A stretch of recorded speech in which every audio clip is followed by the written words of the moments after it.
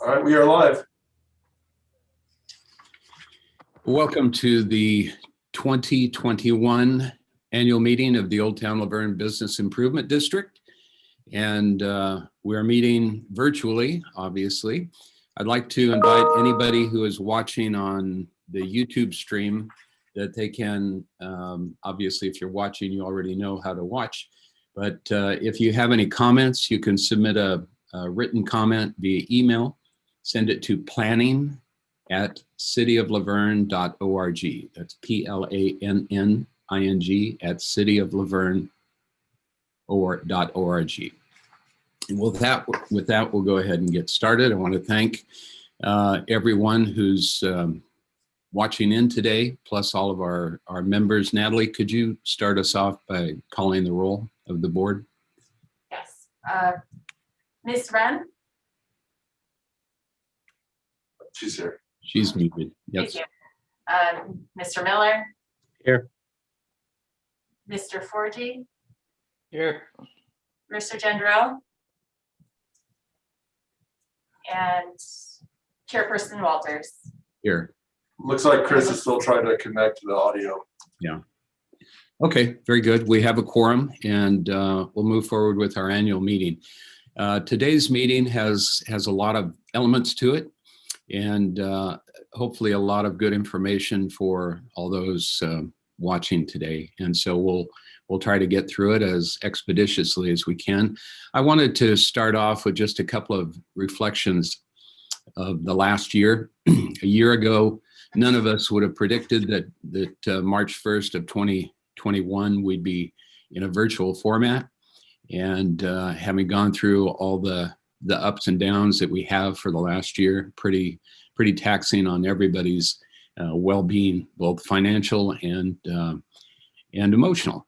And I just want to say that I'm very proud of how the district and the city, plus all of our other partners like the University of Laverne and the Chamber of Commerce, have held up during this past year.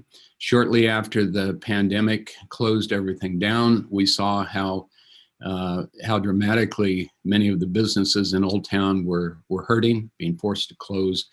And so the board approved an expenditure of an emergency relief package. I believe there were 16 $1,000 grants that were given out shortly after the pandemic started. We also requested that the city waive the district fees for that year. And it's not a huge amount of money, but we felt it's something that we could do. Those are funds that did not come from public money. Those were funds that came from events such as the beer and wine walks that we put on and raised money for. And so very proud that we were able to help in some way. I really wanted to thank the resilience of everyone during this time, especially in light of so many ups and downs. And when indoor dining was impossible, the city responded very quickly to close D Street. And that was only possible through the combined efforts of all of city staff, from the fire inspector, Eric and his planning staff to approve the permits, Bob Russey, city manager, and of course the city council and mayor for being so supportive of the businesses. And even though we did have to reopen the street in December, as soon as the order was given to allow outside dining again, the city was right on it within, I believe, a day of having the street back closed. And I'm hoping that sometime in the not too distant future, we'll be back inside, and the need for continued permanent closing of D Street will not have to happen, but we'll just keep our fingers crossed on that. And then the last thing I'd like to make note of is I think Old Town is a pretty tight-knit community.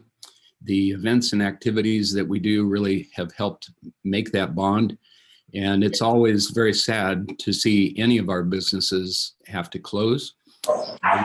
We did lose a couple this year, And but there are sparks of life ahead, and we see that at least my belief is Old Town is not going to stay down. I don't think we're down right now. We're continuing and providing some great relief for the public that is tired of cooking stir fry at home, and so it's I think a bright path ahead that we can get past this. So I want to thank everyone, the board and all of the members for just hanging in there and being so supportive through all of this that we've gone through. So with that, we'll move on to some items of business and presentations. One thing that's been remarkable to me this past year, in spite of all the closures and other problems that we've had, the speed at which construction activity has been occurring along Arrow Highway for the Gold Line has been pretty remarkable.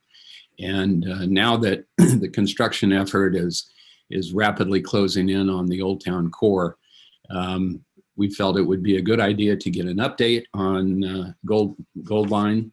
And with us today from Gold Line, I'm not sure exactly what the organization name is, but Lisa Levy-Bush is here. Lisa, are you with us? I'm with you. All right, give us an update. What do we have to look forward to? Okay, I'm going to share my screen and hope it works. Let's see. Can you see it? Yes.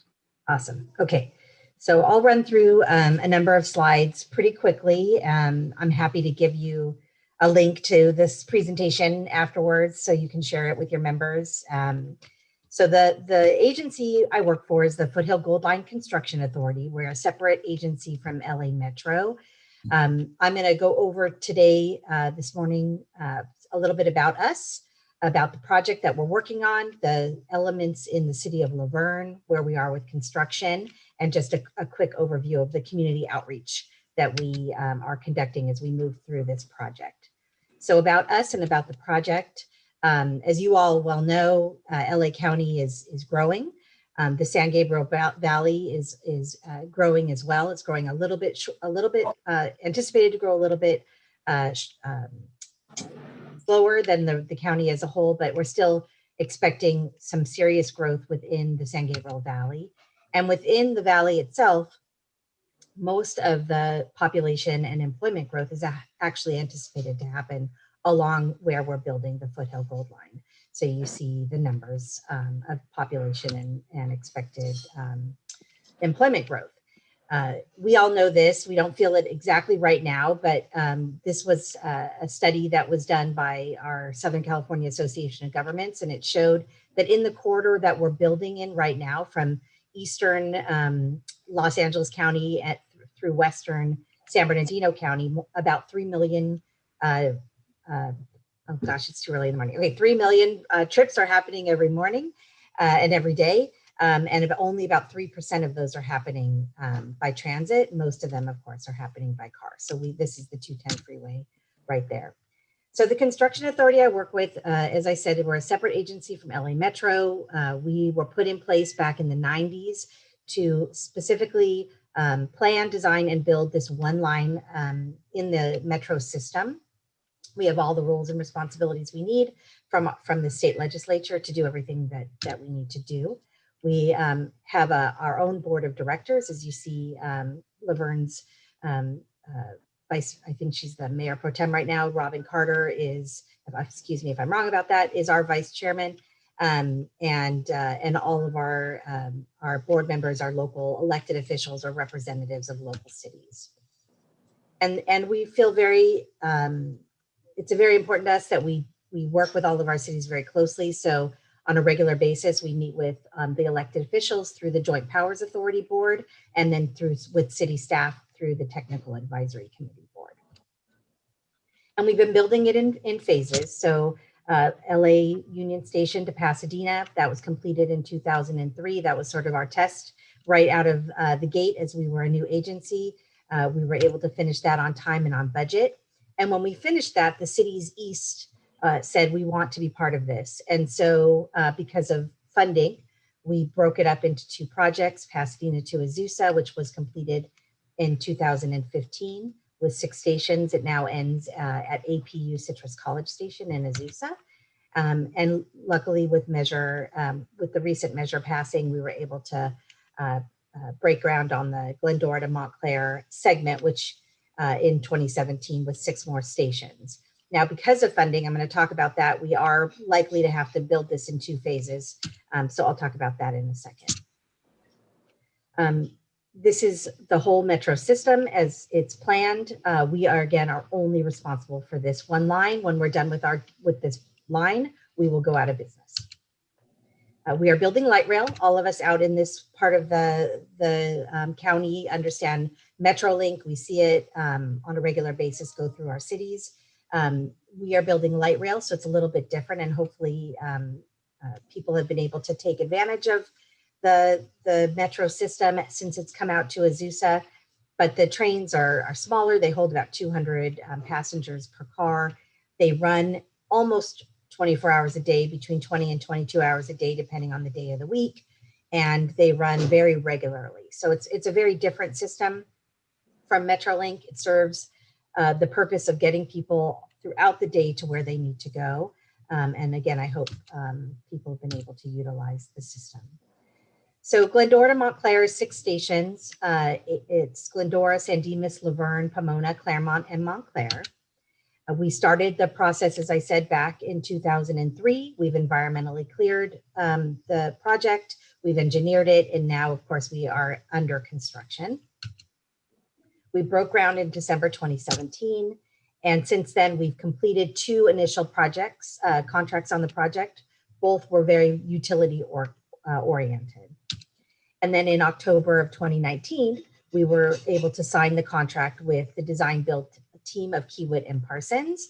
They actually built the first 2 segments of the line as well. They're an excellent team.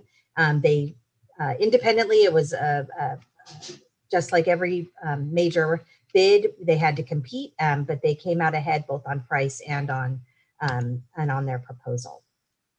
But what we did find when we were going through that procurement is that because of the economy at the time, we did not have enough funding to make it all the way to Montclair. So the construction authority rejiggered our contract with the Kiewit Parsons team and with any of the teams that would have won, so that the Glendora to Pomona segment, which we were able to fully fund, is the base contract. And then we have an option in their contract if we're able to come up with the additional dollars we need by October of this year, we will amend their contract and initiate the option, and they'll be able to build all the way to Montclair. So as of right now, we haven't found the funding yet. COVID has definitely put a damper on funding, as you can imagine. So we are actively trying to get Glendora to Pomona finished, and it's looking like we're on schedule to be finished with that segment in middle of 2024 through the end of 2024. That's what our design builder is looking at right now. So the project is huge. It's a 9-mile project. It's 4 stations. We share the corridor 100% with BNSF Freight. Their one track through most of the corridor is right in the middle of the 100-foot wide corridor that we will share. So a big part of the project right now is actually moving them from where their track sits in the middle of the corridor to either the north side, like in Laverne, or the south side, like in Glendora. And I'll talk about that a little bit, but that's a big part of the project. We will have parking at all of the stations. I'll talk about that in a minute with Laverne. 21 places where the train will cross at street level. We'll be building 19 new or renovated 19 new bridges. Lots of work ahead. In July of 2020, we were able to start major construction. It started in San Dimas at Gladstone. And we're now, as you've said, actively involved, and I'll go over what's been happening in Laverne. So just specifically in Laverne, I just want to highlight a few things. Same as the whole project, of course, the BNSF track goes through all of Laverne. There's customers in Laverne that BNSF is actually servicing. So we actually have a temporary freight track out there right now.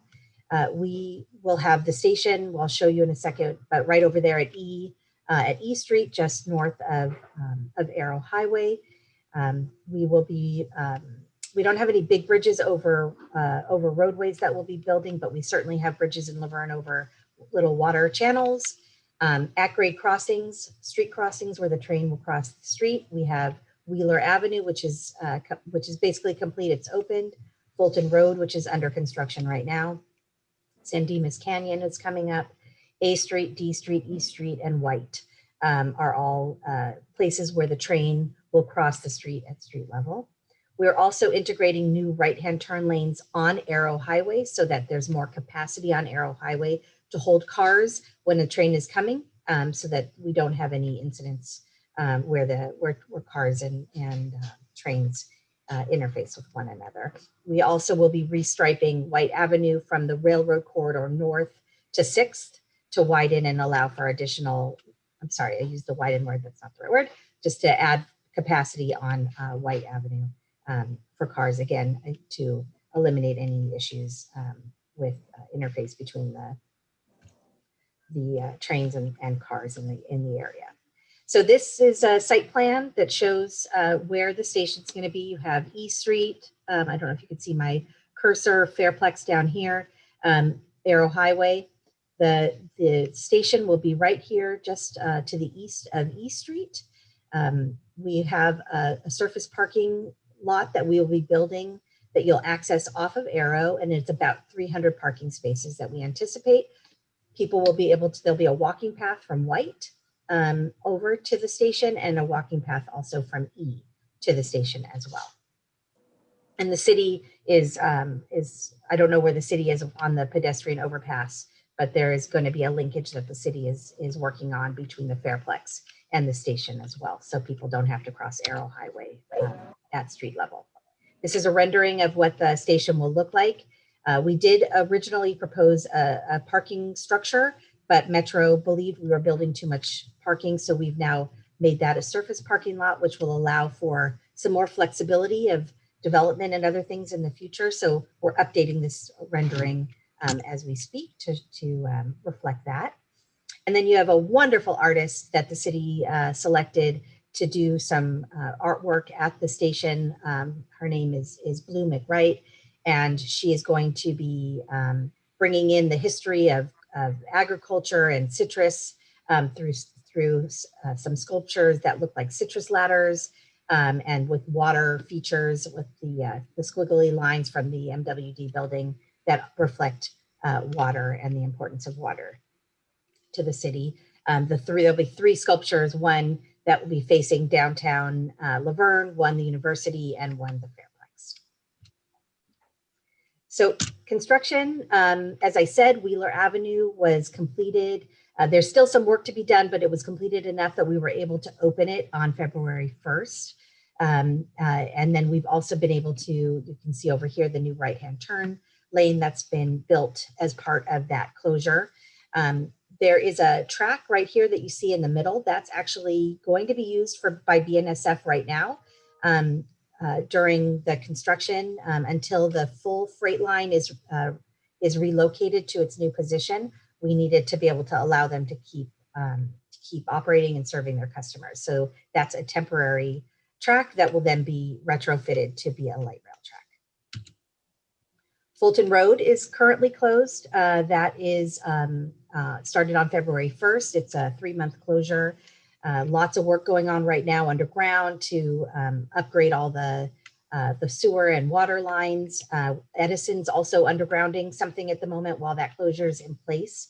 And so the Metrolink parking lot entrance off of Fulton Road is currently closed as well, but there are signs to get people over to Gary and in through that route. A lot of work going on Fulton. So that's going on right now. A Street, this is a courtesy notice. We were going to close A Street for the grade crossing work, but had to adjust the schedule. And so in the meantime, SoCal Gas is there right now, and they are working on relocating a gas line under A Street. So it is closed temporarily. We will be coming in at a later time to close the street again for about 3 months to do all the underground work and get everything at that crossing completed as well. And this is a draft notice. It's not finalized, but we anticipate a one-night closure of San Dimas Canyon coming up this coming weekend on Friday night. And this is to do some maintenance work of the actual track. There's some issues there that need to be addressed. And while we are responsible now for the right-of-way, our KPJV, Kiewit Parsons, will be doing the maintenance work. And this is a one-night closure that's anticipated for out in your neck of the woods. So just overviewing what we do when we are having a major closure, like Fulton or like Wheeler, we do create an outreach plan that's specific to that particular closure. We look at who we consider our VIPs, which are our neighbors, the folks that might be impacted by the closure directly. At Wheeler, for instance, we had the park right there that would be impacted. We had Palomares, the businesses on Palomares. When we get to East Street, of course, Old Town is going to be a critical group that we're going to want to communicate with. We communicate with all of our first responders and service providers, waste management. All of that is part of the plan. We go to the city, we say, this is what we want to do. What do you think? We make changes based on their recommendations. And then we go out and we outreach starting about 8 weeks ahead of the work starting. We have lots of ways we get out to folks. If you haven't already gotten your name and email into our email system, I'm going to show that in a minute. I highly recommend you do that so you know what's coming up ahead of time. But we have notices, we put them on an interactive map, which actually the city has a widget on their website as well. So you can see what's going on just in Laverne on the Laverne City website, and I think the chamber as well. So we put up signage, of course, and we try very hard to make sure if we're impacting businesses that we help. We have a relationship with the Coupon magazine for the area, and we are sponsoring ads for businesses. We put up business open signs, and we're happy to talk to businesses about other things we can do to support businesses if we're impacting them. We are anticipating doing an open house in April. We don't have the date yet, but I will have it soon. And we will get that information out to folks, encourage people to join us for that so we can update you on what's happening. So just quickly as a closing, looking ahead, we're almost done with the project design, with the major part of the project design. That will be finished probably in the next few months. The grade crossings that are going to be starting work or are under construction now. In Laverne, you have Fulton Road, as I said.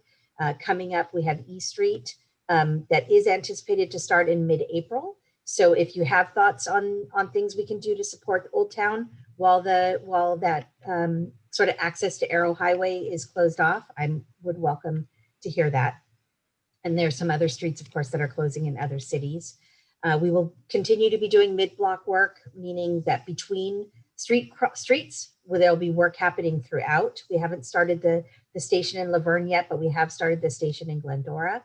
Bridges, Pudding Stone Bridge is underway right now. And then we'll be starting the Route 66 bridge, which even though it's not in Laverne, it impacts all of us along that corridor.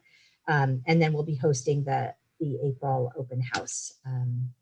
And this is very important. If you haven't already signed up to get updates and stay updated on the project, go to foothillgoldline.org.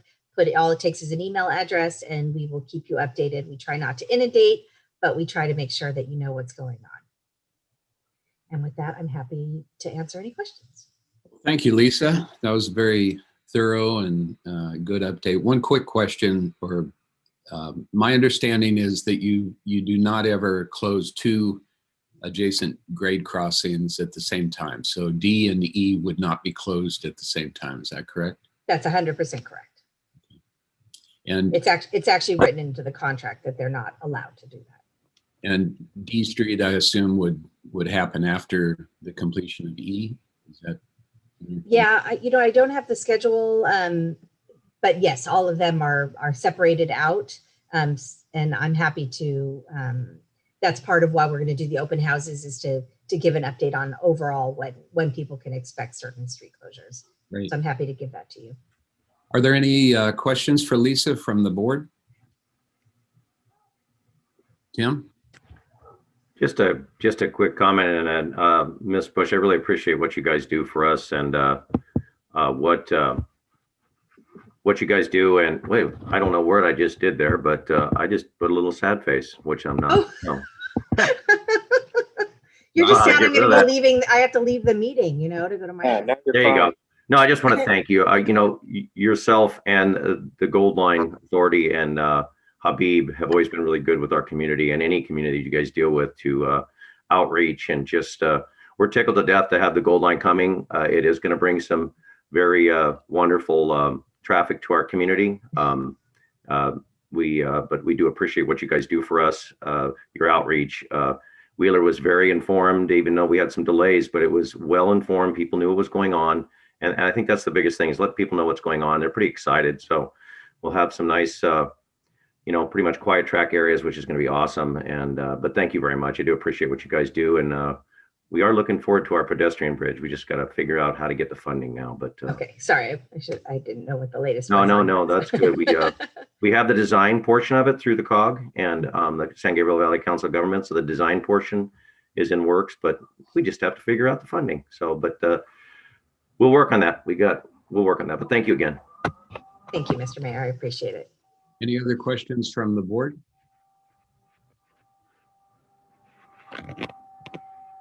None. Do we have any public questions? No, we do not. Okay.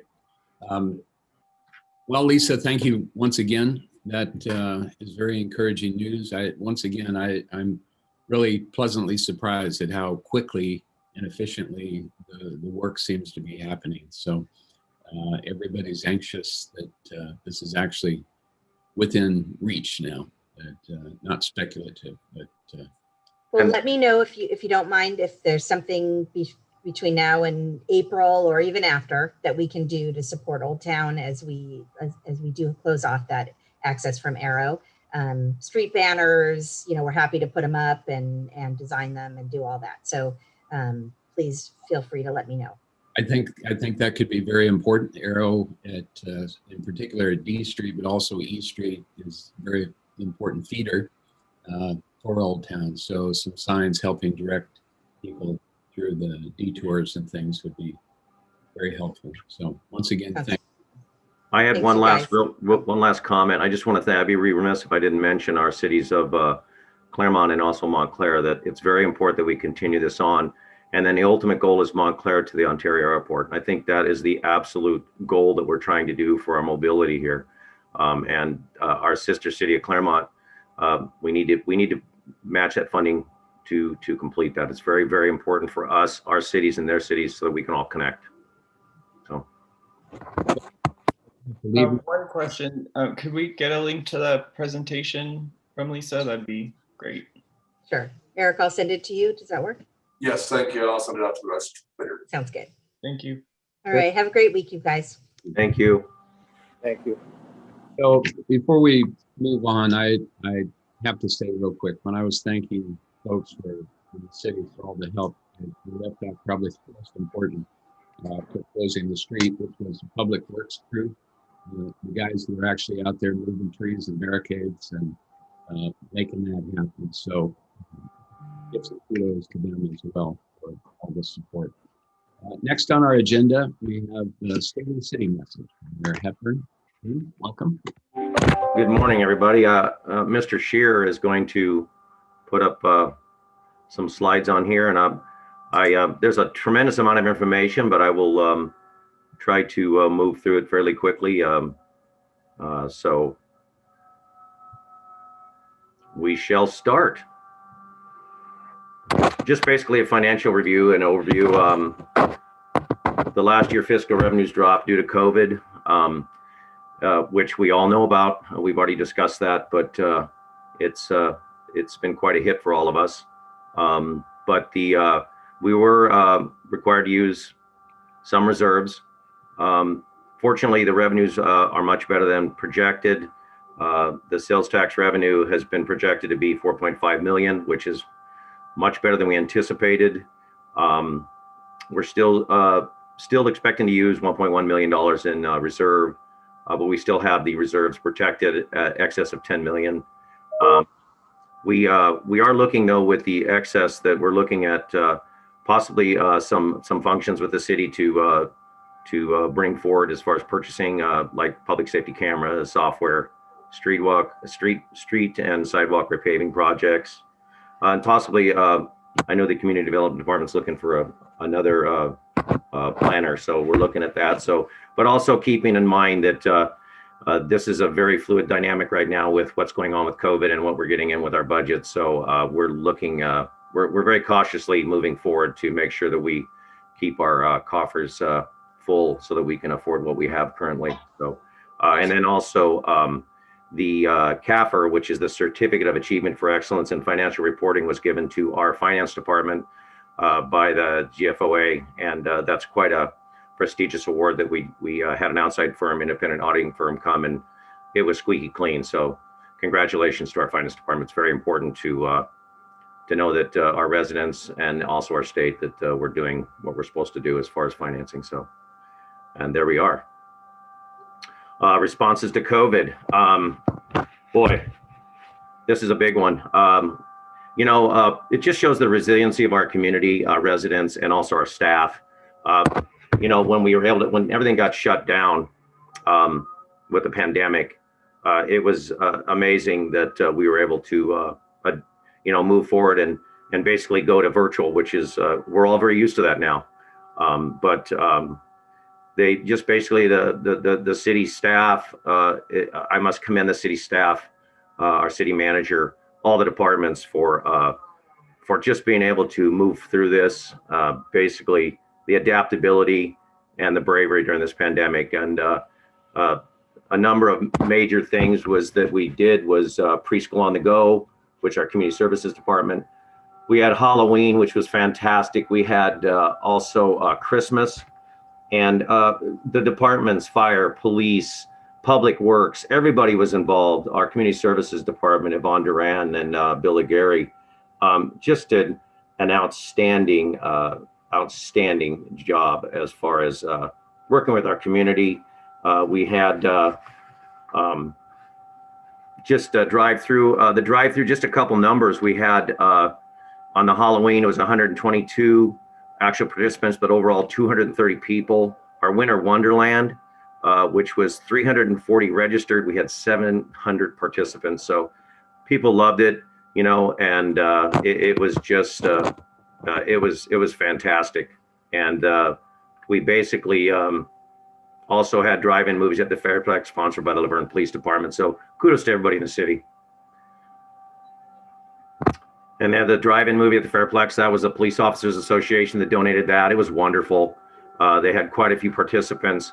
Our senior curbside lunch program, we're serving over 130 seniors during this time. And again, I commend our community services department, also our staff, that these people really need these meals. And it's just a wonderful thing that we're doing for our community and for our outreach. So thank you very much.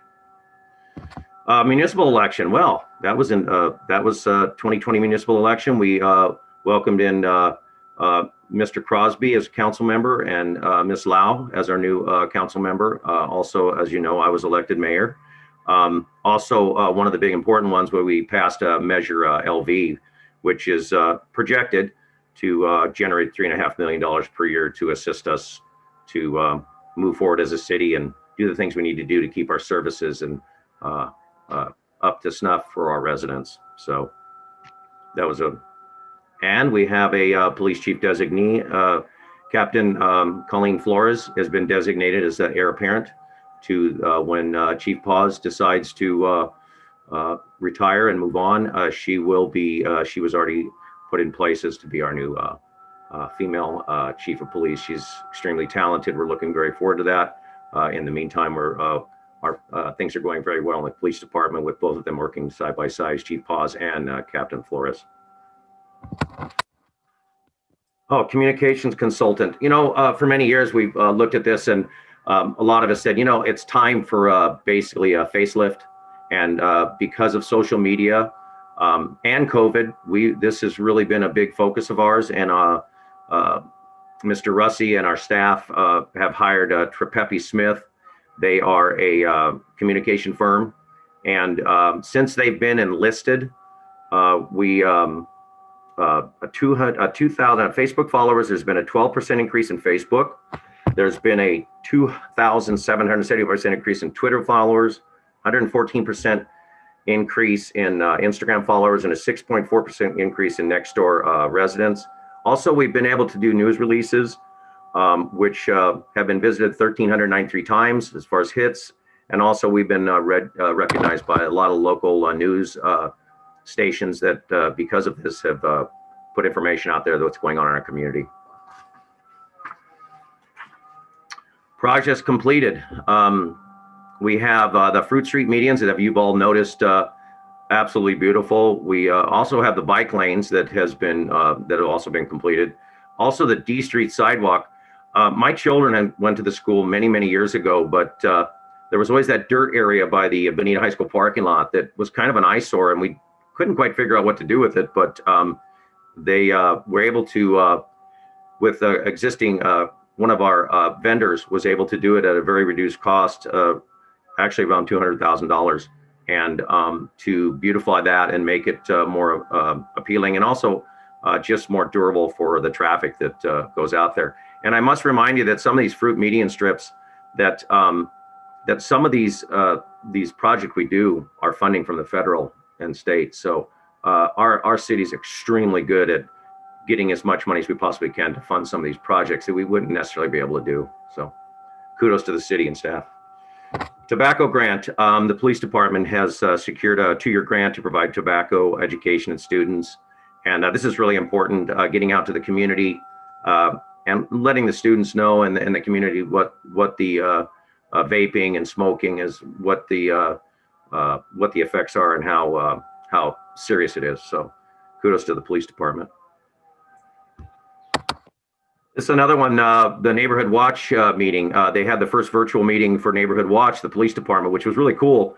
Finally, during our COVID times, we realized that there's a lot more people watching now, and it's time to enlist all of our residents to watch our communities, because as we know, it's something that people want to take our things, and we need to be more aware of what's going on in our neighborhood. So keep a watchful eye, and I kudos to the police department. They had over 50 people on February 3rd.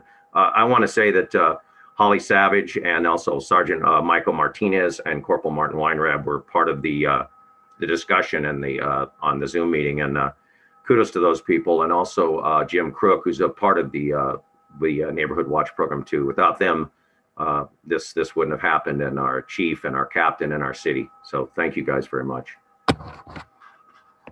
Business Watch program. Another one that is by the police department, which you can go on our website for any of these items, but basically to help our local businesses along with other local businesses in the area to basically to network with other businesses and basically secure environments for their employees and customers while teaching them how to reduce and prevent crime on their business property and beyond. So if you want to join, you can go on the website and find out the information so you can be a part of this.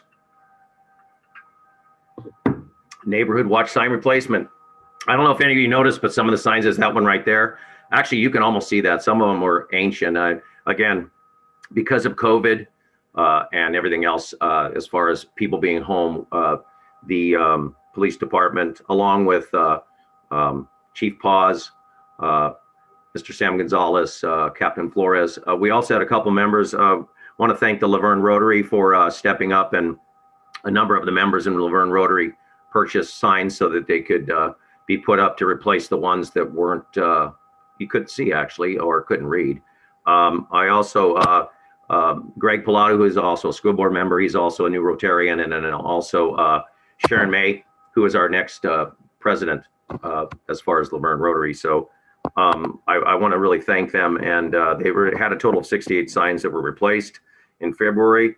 Again, Holly Savage, Jim Crook, thank you. They did take some Rotary members out to visit the areas, And it's just something we need to do, and in our area. So it's thank you, kudos to the police department. Thank you to Mr. Russi, Mr. Paz, Captain Flores, Mr. Gonzalez, and Rotary. But and you can sign up for this. You go on the website. You can sign up to be basically an area watch, and let's move forward. This is really great. This is pretty exciting. Our police canine program. I want to first thank Linda Logan, also Chief Paz and Captain Flores. This was something that they wanted to do, and it almost funded the whole program, which was donations from the Verne Canine and Police Foundation. But Linda Logan and her group, they were out there fundraising all the time, and they did a fantastic job, along with Chief Paz and Captain Flores, like I say, that let this happen. But this is Officer Julian, and also our new Dino is the dog's name. So Officer Julian Dino just completed a rigorous 4-week patrol school, along with a 2-week article detection school. Officer Julian and Dino will be assigned to a patrol shift, and are excited. They're very, very excited to participate in our local community events throughout the year. Kudos to everybody that was a part of this. The fundraiser, it was amazing how much money they raised, and we're really excited to have this as part of our Laverne Police Department. Online recruitment platform. We basically implemented the recruiting software NeoGov, which is for job search for careers in the city of Laverne. And it's not uncommon for us to have over 100 applicants when we put this out. So kudos to that. It's the digital age we're in, everybody. We have to be on it so people can apply. But this is a very good thing for our job opportunities for our city. Projects to come. We've basically the general plan and housing element. This is something we do every 20 years. Very important. Once we should be, this should be coming before the city council early the fall, but it's a component of the general plan is the update of the housing element. It's a state mandated update, which requires the city to identify sites that can accommodate the needed housing units as allocated by the state. So these are long range planning documents. And like I say, we should be seeing this hopefully by fall of this year. Kudos to staff for the community development department. This is a lot of work, and it's costly to the city.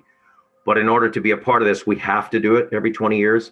So once this is done, we'll be in fairly good shape for state and federal funding.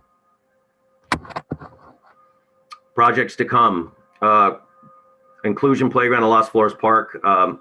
We approved this, I think it was last week or the week. Yeah, it was last week, the week before last. The installation of an inclusion playground equipment at Los Flores Park. Once installed, the residents of all abilities and accessibilities will be able to enjoy and play in the new playground. This is really, really great for us.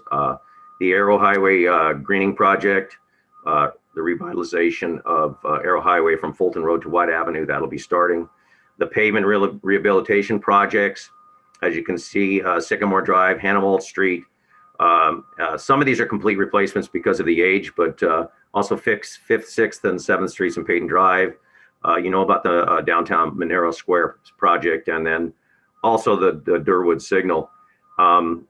The Durwood Signal, just so you know, and also the street paving projects, we do get some of those funds, so by the state and federal, but the Durwood Signal, the cost was $336,000. With a safety improvement grant, we were able to secure $275,000 of that. So that was something that's, again, our staff goes out, gets the grants. It really helps us to do these projects. As you know, Metro Gold Line, we've again, this is going to be just something that's really, really, really important to us. And this is part, and also the pedestrian bridge, which we kind of browse on. That's one of the 13 projects with the Enhanced Infrastructure Financing District, which is part of the Gold Line project, which will bring businesses into our city to help us bring more people in here, to bring to our restaurants, to our university, to all the things that Laverne has to offer. So this is really great. Like I say, the bridge, they do have the design portion of it, which is taken care of by the San Gabriel Valley Council of Governments to design it. We just need to work on now finding funding to the $6+ million project. So, real quick on the EFD, the Enhanced Infrastructure Financing District, we're one of the first cities to actually do this after the housing redevelopment went away. This popped up, and it was something that our staff worked on for a number of years with the county, and the county finally accepted it. And Catherine Barger is one of the board members on this. So kudos to the staff. We're one of the first, and this is going to give us such a tool to be able to bring in people to also for the increment tax. That's going to help us build what we need to build on that corridor. Developments to come. The Commons at Amherst. This is a 42 two-story home, 5.6 acre property, which was owned by the city on the Amherst Street in Williams. Homes will range from about 2,000 to 2,500 square foot in size. Also, there'll be it's a private street. There'll also be a 14,000 square foot park. So we're really excited about this. This is something coming before us. Brandywine on Fruit Street, Fruit and Walnut. This is actually the old Foothill Nursery right behind the Pomona Valley Hospital and also by the Lutheran High School. This is what this is going to be is 50 attached townhomes within the Foothill Boulevard specific plan. And as part of the requirements, we had some property on Walnut Street, which we are going to basically give to the developer, which will get 8 single family affordable housing units on city owned property on Walnut and B Street. So this should be before the Planning Commission in a few months. First and White, Linda Wilkinson has basically purchased the house for $1, and she's moving into our property down the street. So this is kind of one of the first things. I think it's been 30 years since we're actually going to take the house, pick it up and move it down and put it on our property. So this is pretty exciting. And then the developer is going to put 18 3-story townhomes, and each unit will have a 2-car garage, and we'll share a wall with another unit.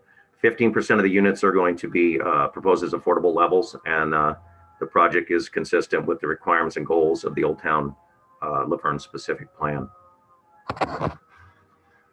So we were talking about that businesses that have left, and it just seems like Laverne is resilient.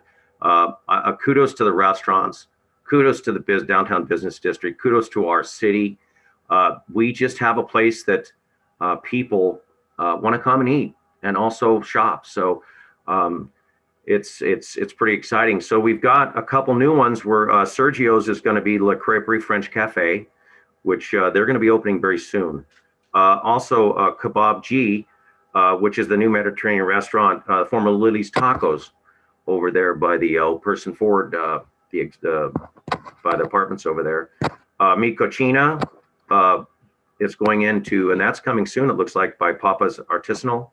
So that'll be pretty exciting. And then we have the Amazon Fresh grocery store, which is they're subdividing the Kohl's property and making a Amazon Fresh grocery store. So pretty exciting.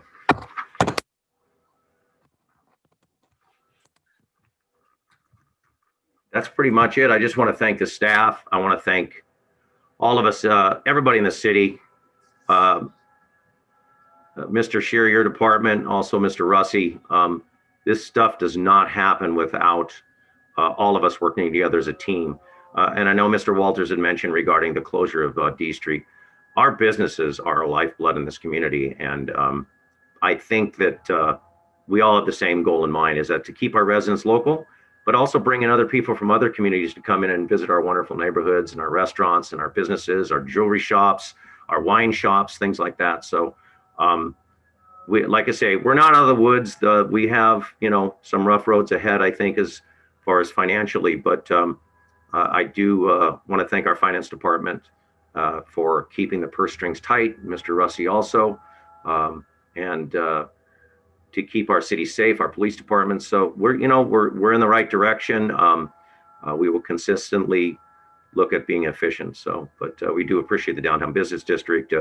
It's looking great. It's beaming. There's people just clamoring all over to get the restaurants and also the businesses. So thank you all.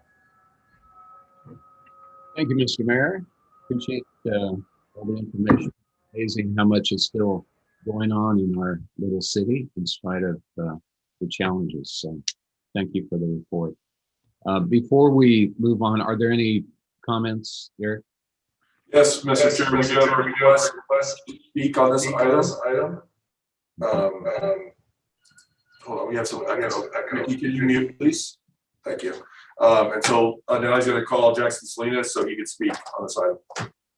While he's being called, I'll remind people that are watching on YouTube that if you have a question or a comment for the meeting today, you can send an email to planning@cityoflaverne.org, planning@cityoflaverne.org.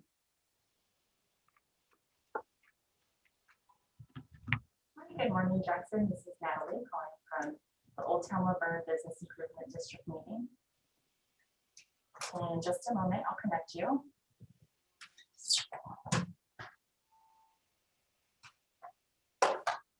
Jackson, can you hear me? Yes, I can hear you. Okay, can you please state your name?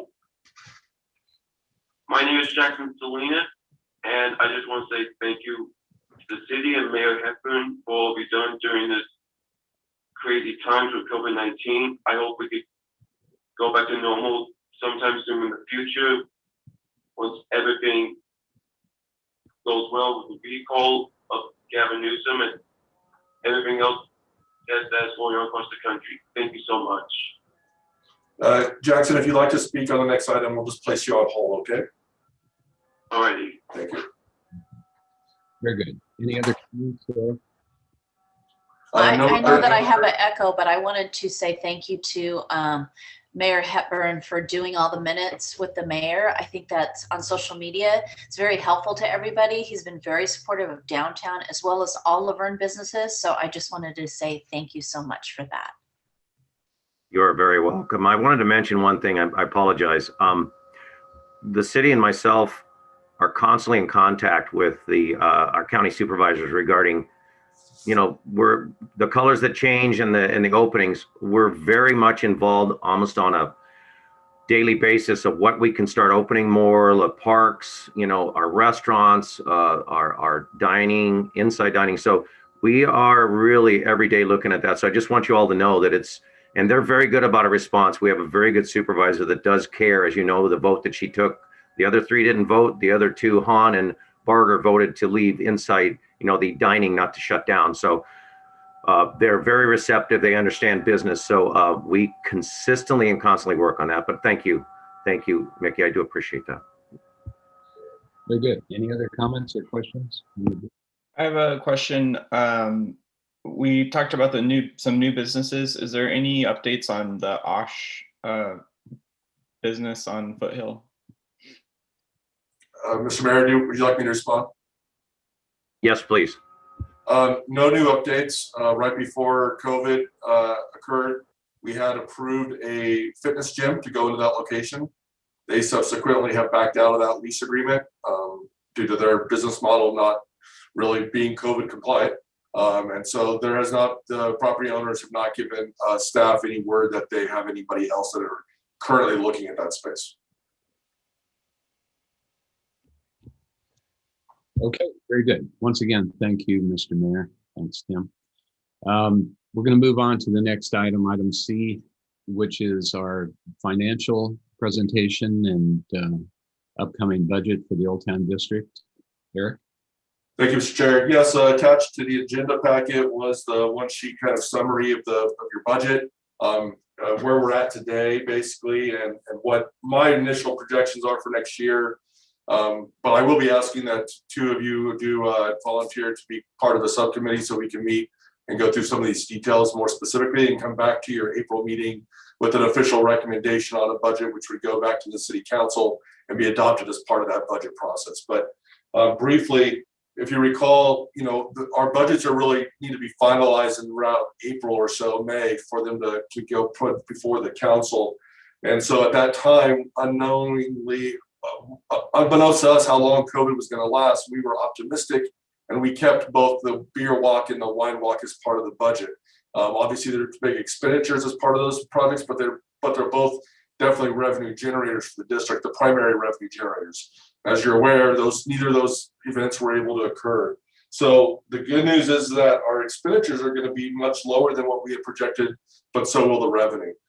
Basically, by the end of this year, the only true revenue that the district's going to see is your dues that are being collected now, basically with the renewal of business license, and then a little bit of interest. And so you're only looking at about $15,000 worth of revenue for the 2020-21 fiscal year, and around $21,000, $22,000 in expenditures.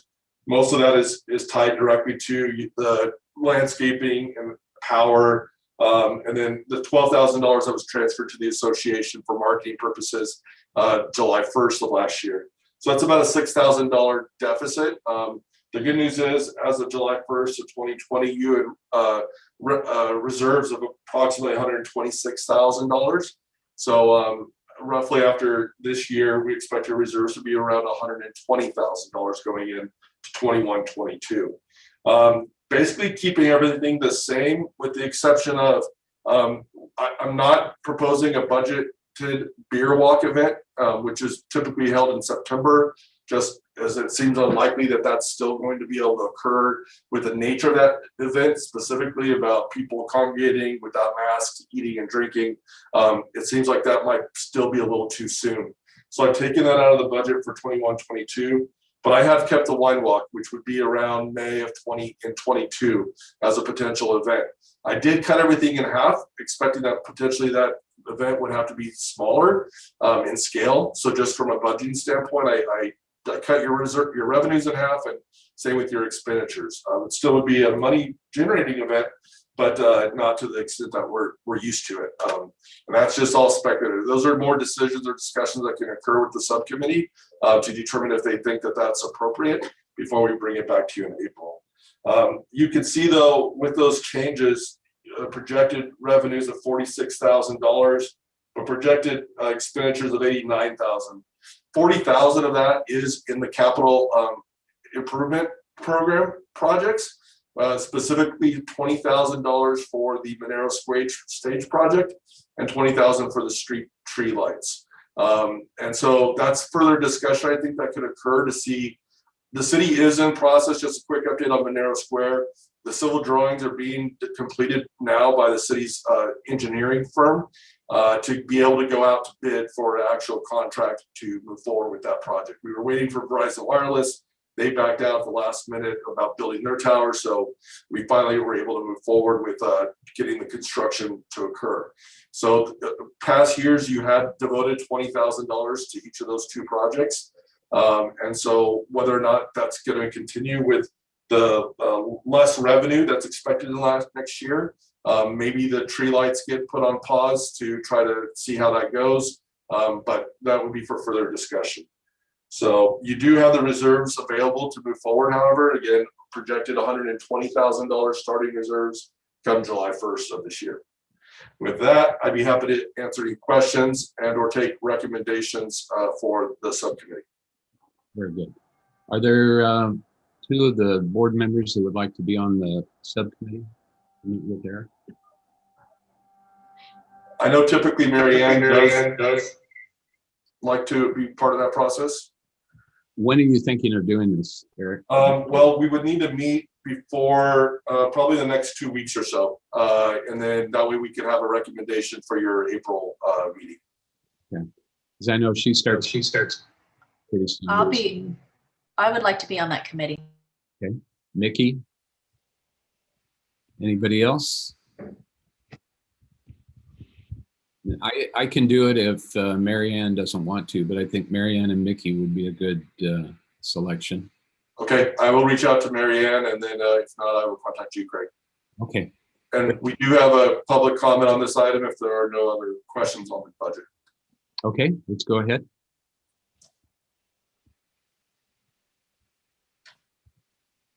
Jackson, are you there?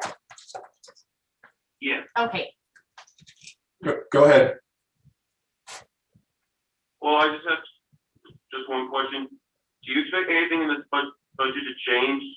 If we can like modify like the beer walk, if we want to bring that back to like have it like reduced capacity like the wine walk, as you said before. Thank you very much.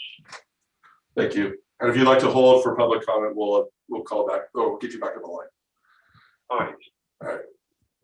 I think everybody's hope and goal is to get things back to something like normal whenever we can. Everybody's anxious.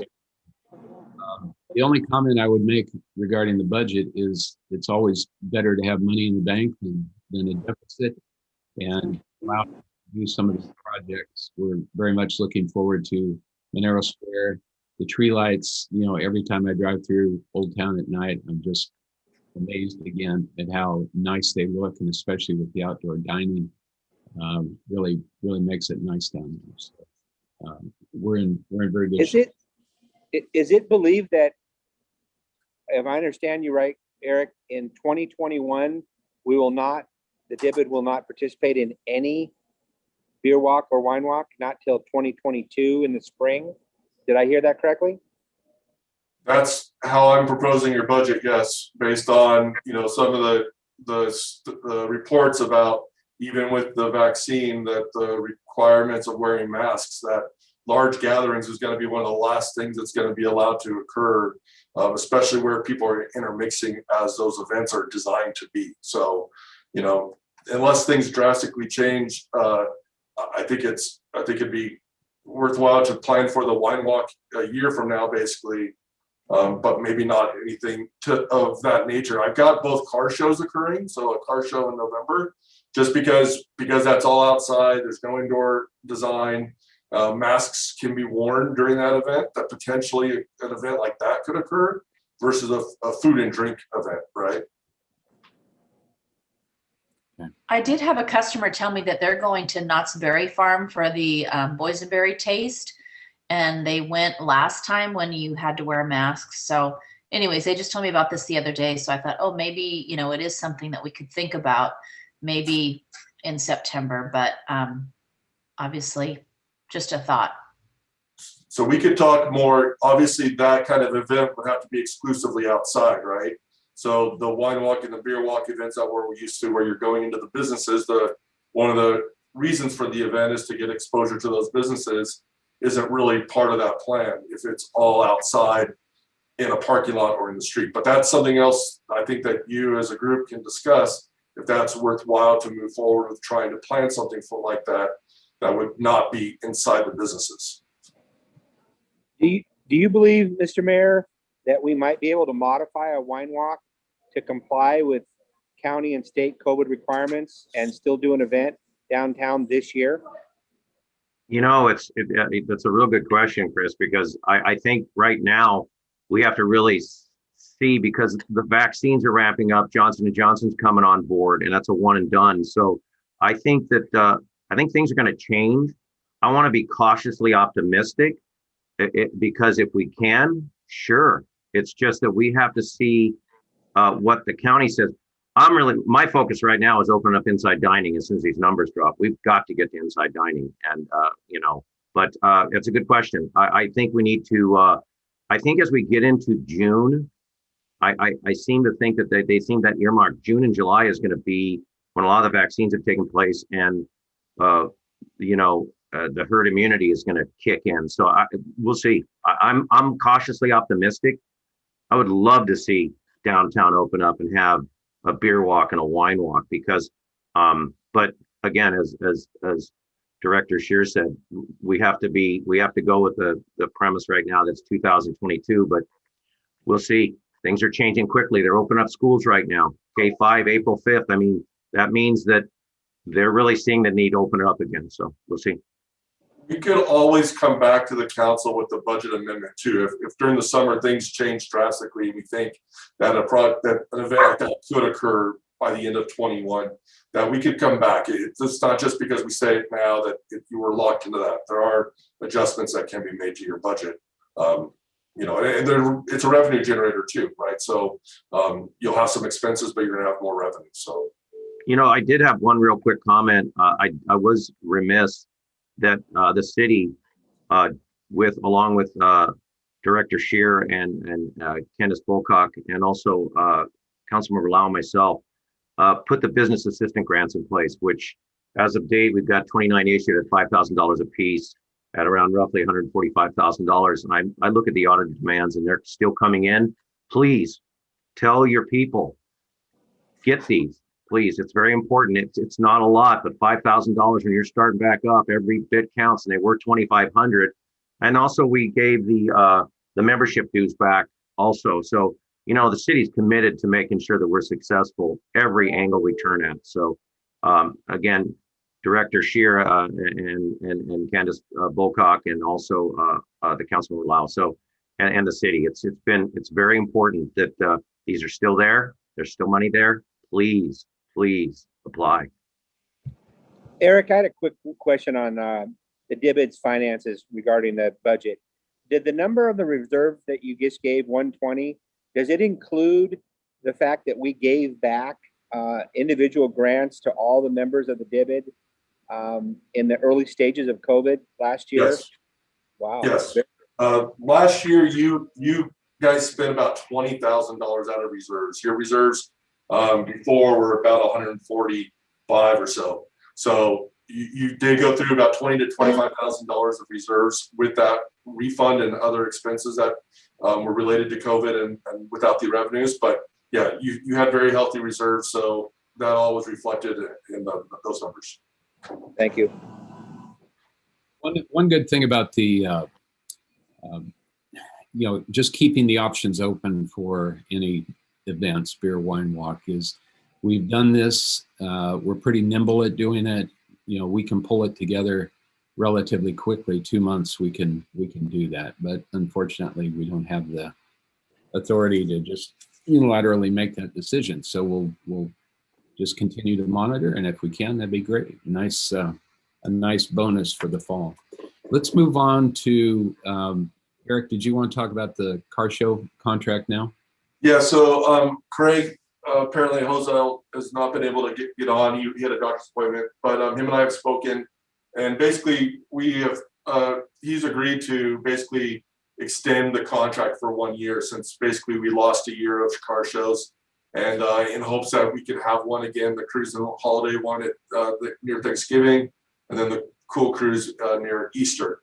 So he's agreed to that. All the other conditions of that agreement would stay the same as what it has been, just simply extending it by 1 year. So I am asking that the board give a formal recommendation, because I do have to take it back to the city council to do that.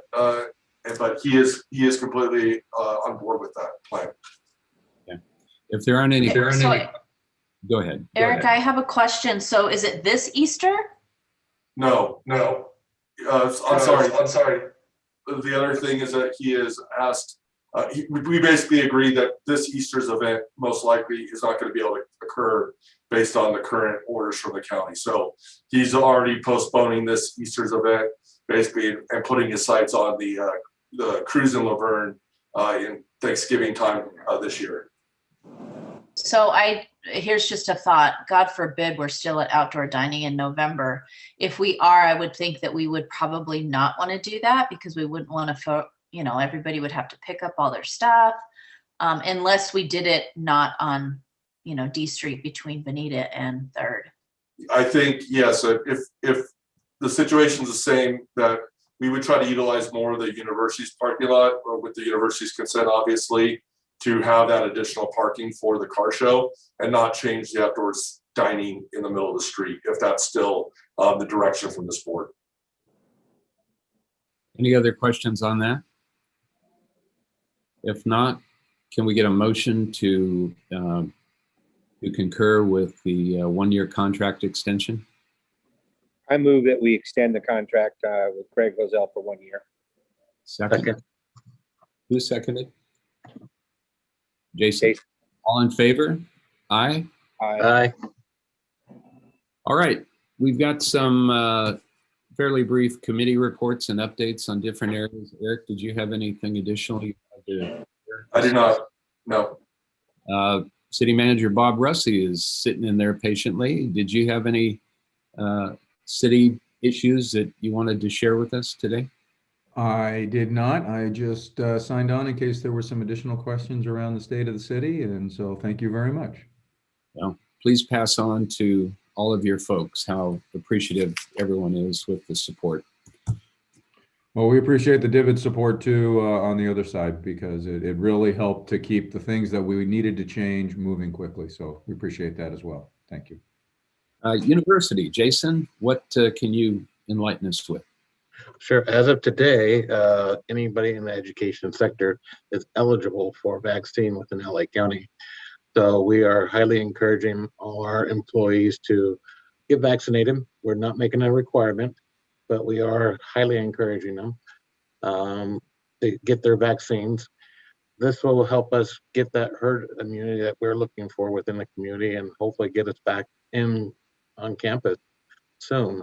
We are projected to be back on campus in July and start phasing in employees with staff and faculty, and then have a fall semester here in August.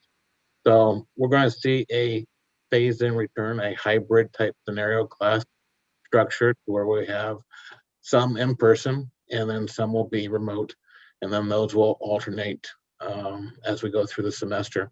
And as conditions allow, we will start inviting more people back to campus. So we are optimistic and we are hopeful that this is going to be over here soon. Very good. Can you offer any insights on how that return to campus will affect public use of the library parking lot? With a portion of the campus coming back, I think we'll still have excess capacity in parking. So we will still offer parking available to the downtown business district and for other events. We'll just need to coordinate to make sure that we have sufficient parking and redirect students and faculty and staff to other locations. So we'll get through this. Well, everyone appreciates having that available. Thank you. Any questions for Jason?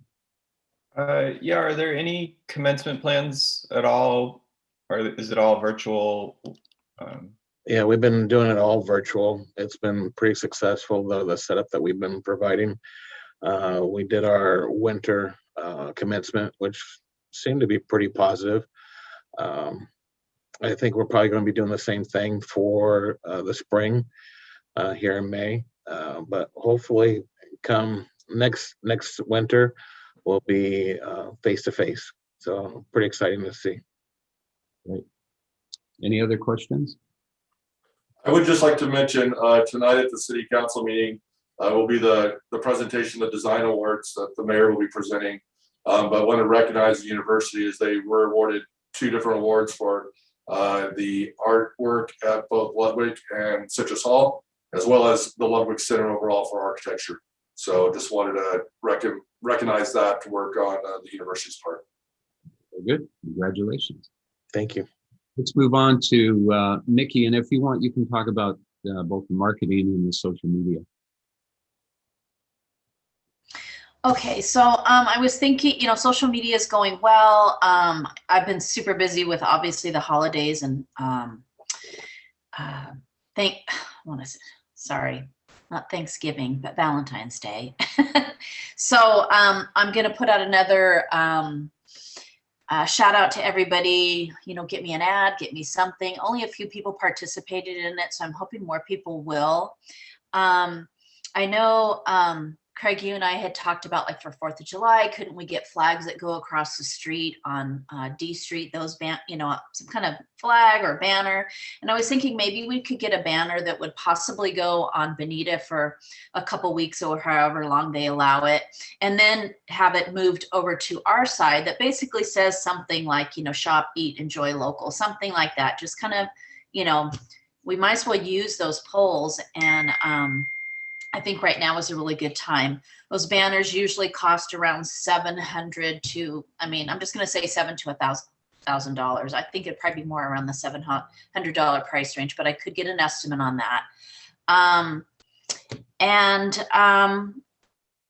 Let me see. I think I love the idea of the banners, but provided by the Gold Line. So obviously we'll try to use those.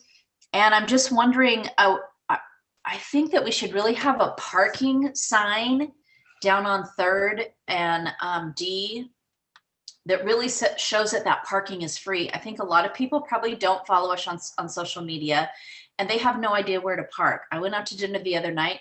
There was no parking anywhere. I mean, you could not find a parking spot and that whole lot was almost empty. So I don't think any of us are using that parking lot for one thing, which I was going to ask Craig about that. I mean, I was going to ask the city about that because I thought the new permits were going to be for that parking lot. But anyways, and I think it needs to be something better than a banner, but maybe a wood sign. I don't know, but I just think that people think they can't park there because it's college parking. And it would maybe allow, you know, people would know they could park there. And I think that's about all I have.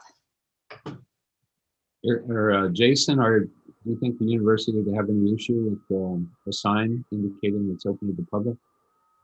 Not at all. I thought there was a sign out there that said public parking, but maybe it needs to be more prominent. We're okay with having another sign installed. Eric, any ideas on how we could accomplish that?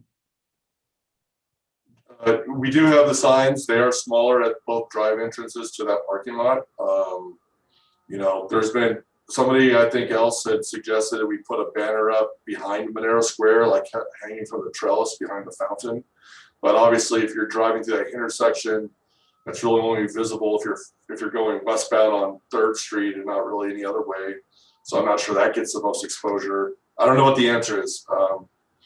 You know, we could look at A-frame signs at the driveways that kind of, but we have to obviously keep the sidewalks cleared. We can't really be in the middle of the street. You know, there's some challenges, but if you want us to look at better signage for that parking, we could try to come up with some ideas. Eric, do you think that the Public Works has some signs that we have in storage somewhere that we could possibly utilize or upgrade? Something that's not going to cost much, but I do agree. People will, you know, go elsewhere, and if they see it's so busy and they don't want to walk, you know, which is, you know, but that is a great, and I really appreciate the university, but maybe Public Works got something we can, you know, kind of pop them up and say, hey, free parking, go ahead, you know, so. I can check with them for sure, yes. Thank you. And then Eric, one other thing, in our current budget, do we have adequate funds to do a banner that Mickey was talking about? Yeah, I mean, there's still some, yeah, you have contingency fund that has not been used for this year. Just, you know, as a reminder, you are looking at going into your reserves by $6,000 for this current year. So any other charges, there really isn't many more charges expected for the rest of the year besides your maintenance charges. So anything besides those are going to, you know, just increase your use of reserves. Is there any comments from the board on authorizing Mickey to move forward with the banner, street banner? I think the banner is great, and I also think if we could do an A-frame at the entrances to that D Street lot, I think that would make a huge difference because people just drive by and see it and see the university sign and move on, I think.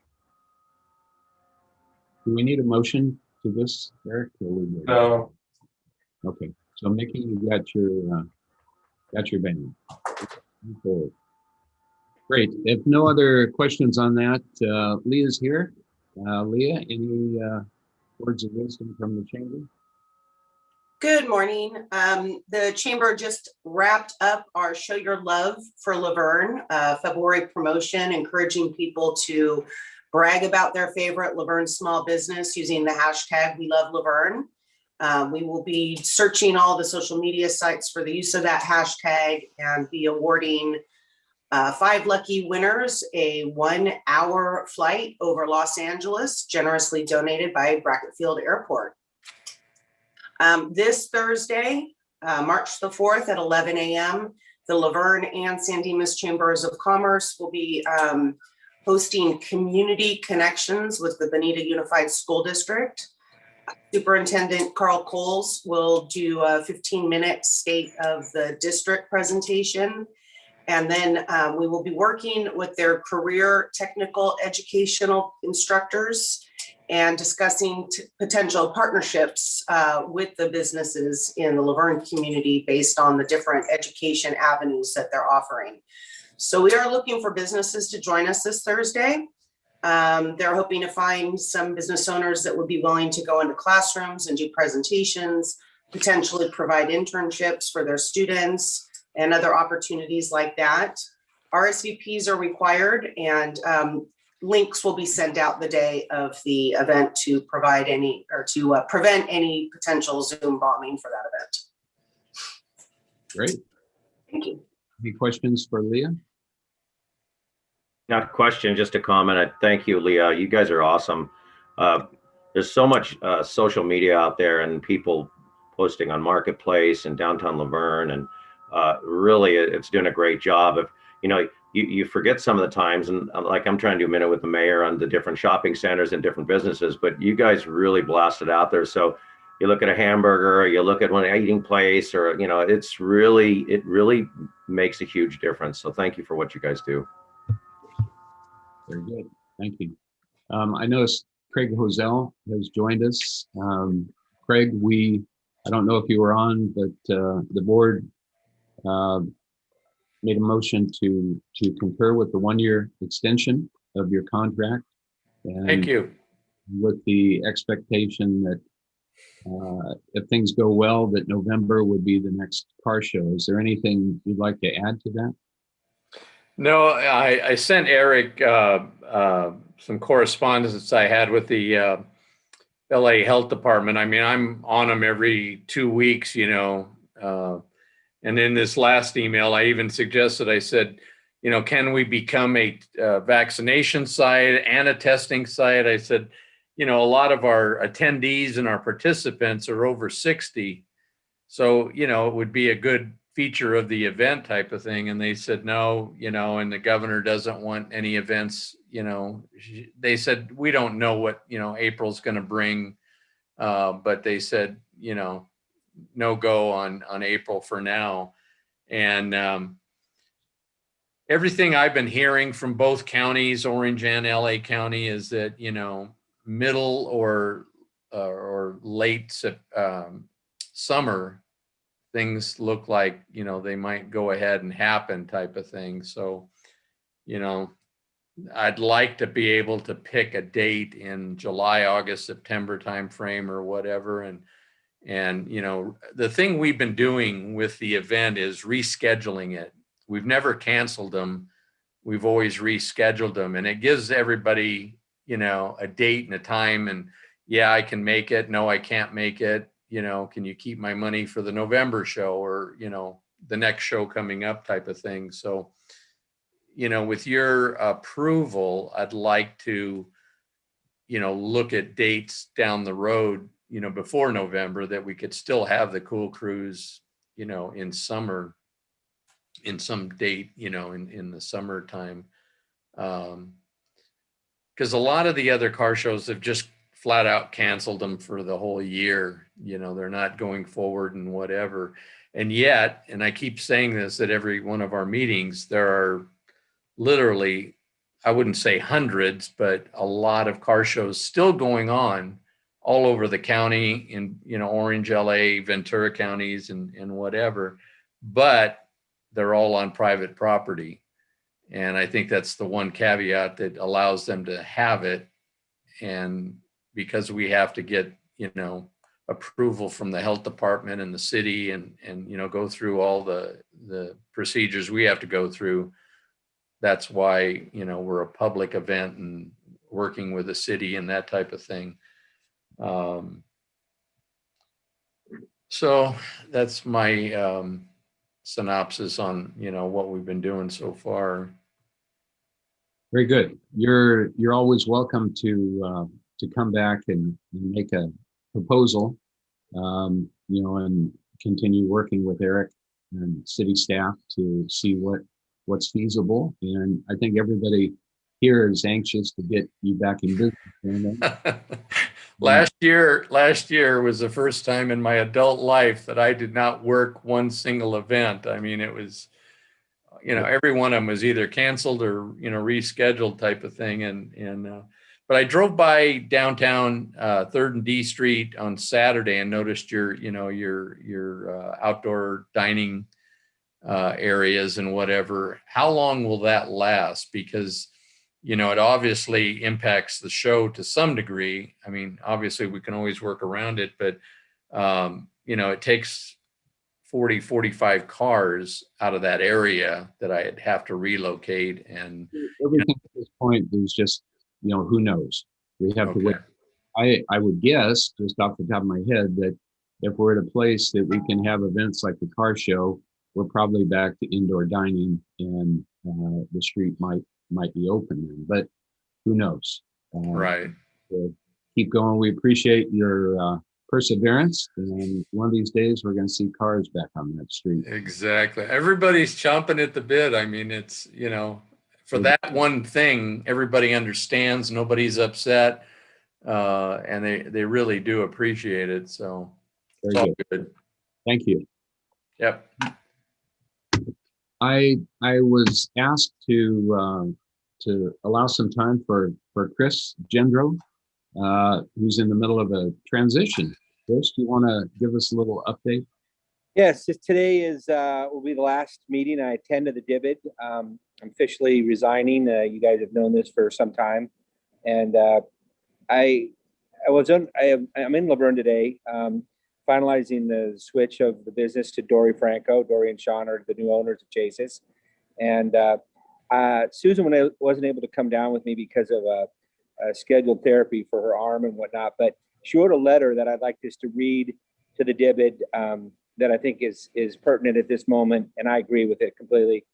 She says, first and foremost, I want to thank everyone for turning our vision of the restaurant into reality that Chase's and Exactly has become. I want to especially thank Bob Russi and Eric Scher for the economic assistance agreement that they fought for, because without that, we wouldn't be here today.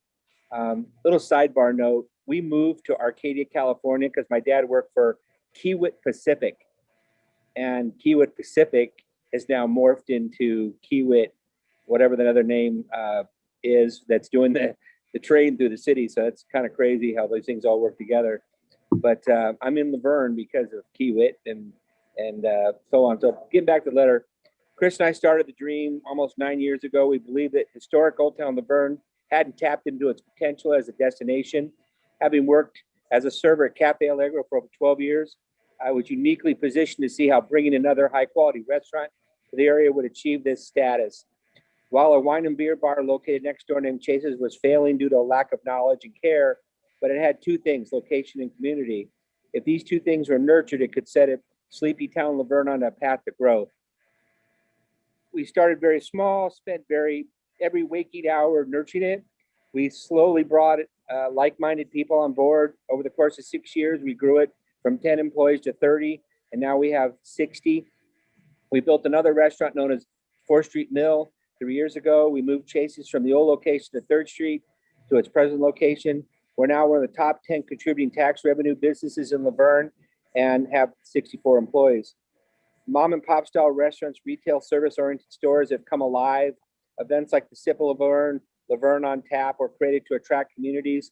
It's fair to say we achieved our vision. It's also fair to say it didn't happen with a lot of individuals like you guys on this board.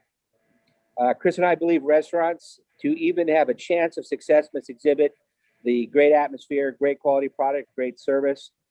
Quality products come from the kitchen and the staff, and we've been lucky to attract that. The two symbiotic relationships between community and business has always been fostered. We try to do that in the city, and we have done that. The numbers are bearing it out right now.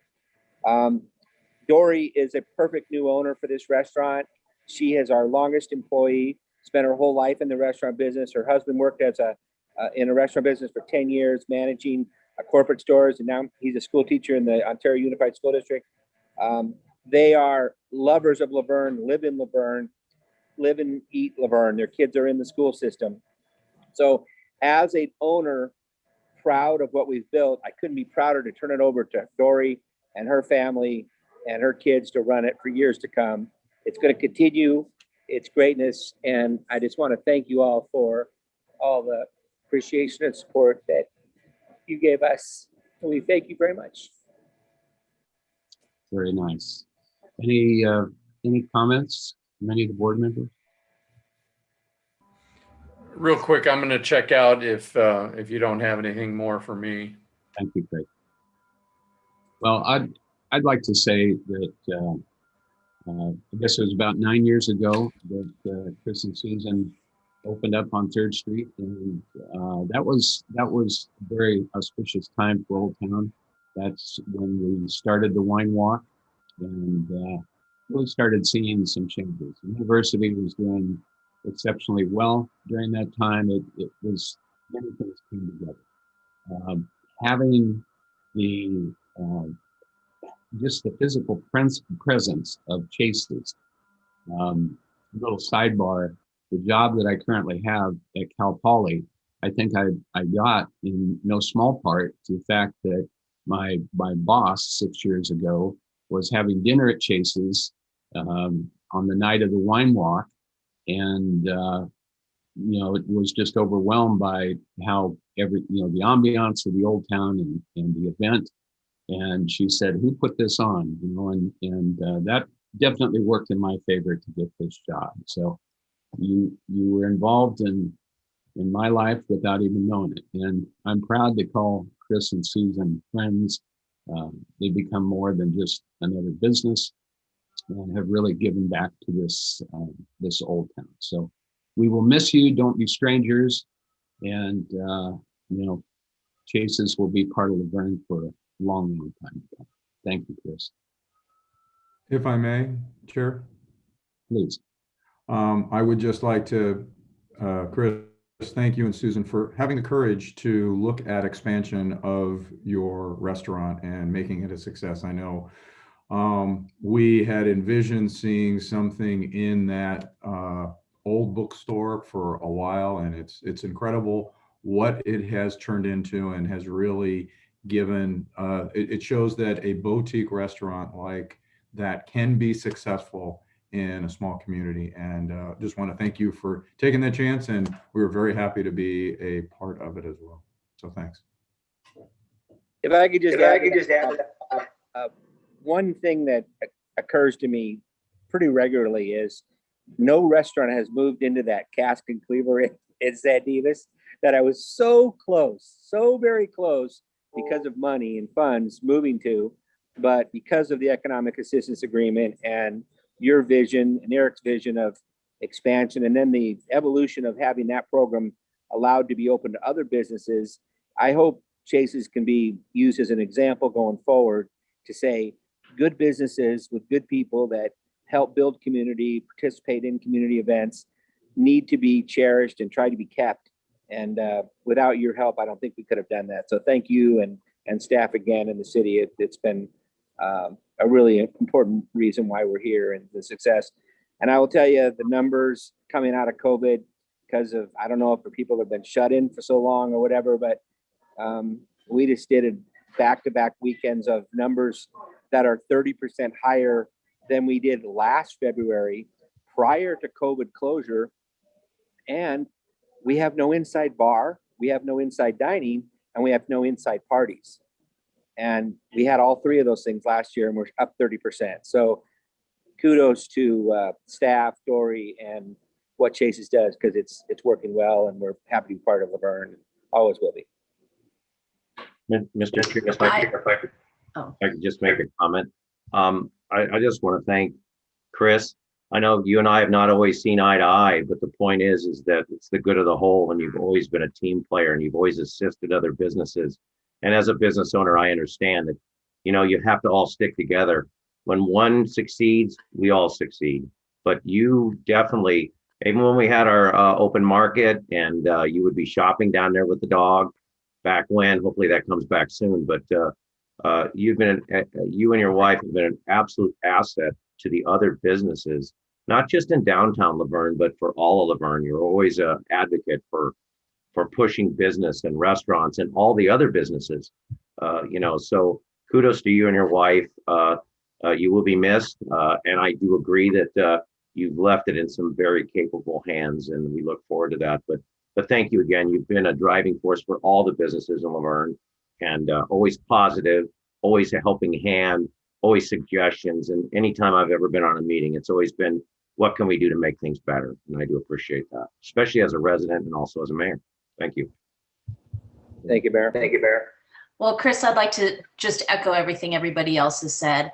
And definitely, I tried to go to dinner on Thursday night at Chase's, and it was like an hour wait. And so my girlfriend and I couldn't wait that long, but it's awesome to see Chase's doing so well. And thank you again for all you've done for downtown, for all the businesses downtown, and you will be missed. But I'm excited for Dory. What a great opportunity. And to see a 30% increase, that's awesome. Good for you guys and all your hard work. So thank you so much. Thank you, Mickey. Thank you very much.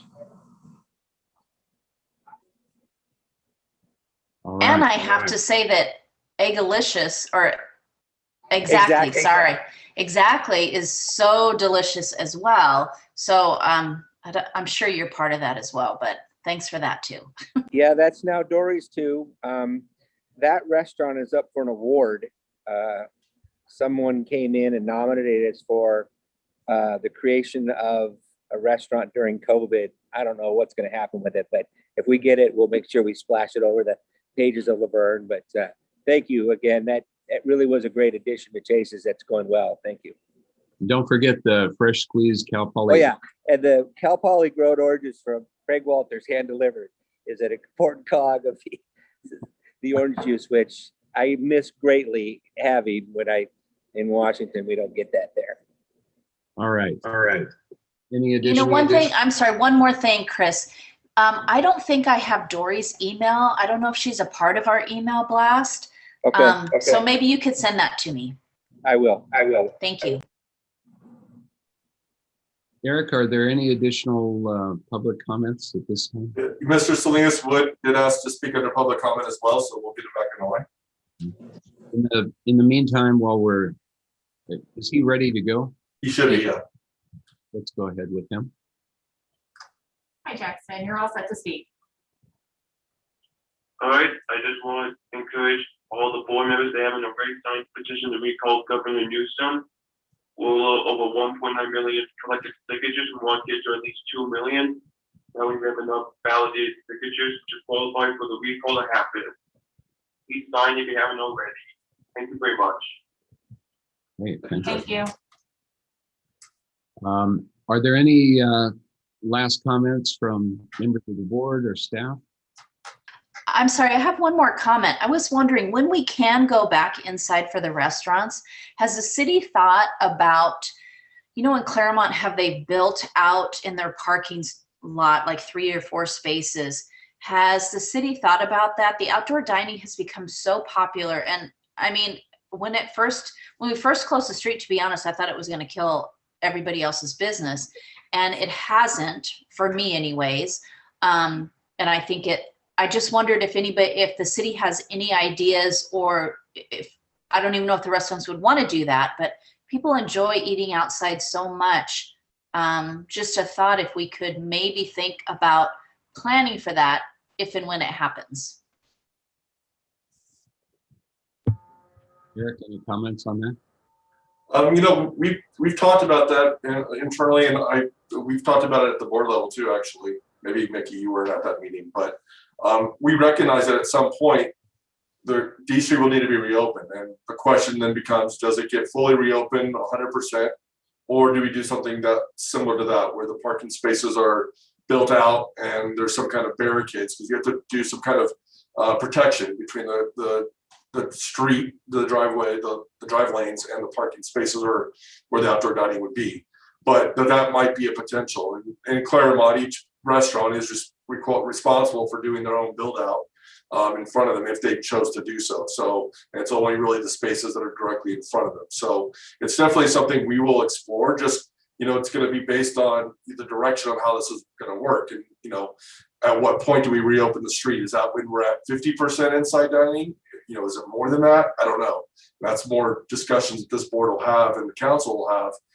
But yes, recognizing that there still probably will be somewhat of a need for expanded outdoor dining, whether that happens in the front in those parking spaces or we start looking at the back, I don't know. But those are things that we've been looking at and thinking about since all this started. Very good. Any closing comments by anyone? If not, then we will bring this meeting to a close. I think we've had a lot of great information shared and hopefully some bright things to look forward to ahead. I want to thank everybody for participating again. And Thanks, everybody. Thank you very much. Thank you, everyone. Thanks, Chris. Thank you you. all. Bye-bye. And we'll see you guys next month. Thank you.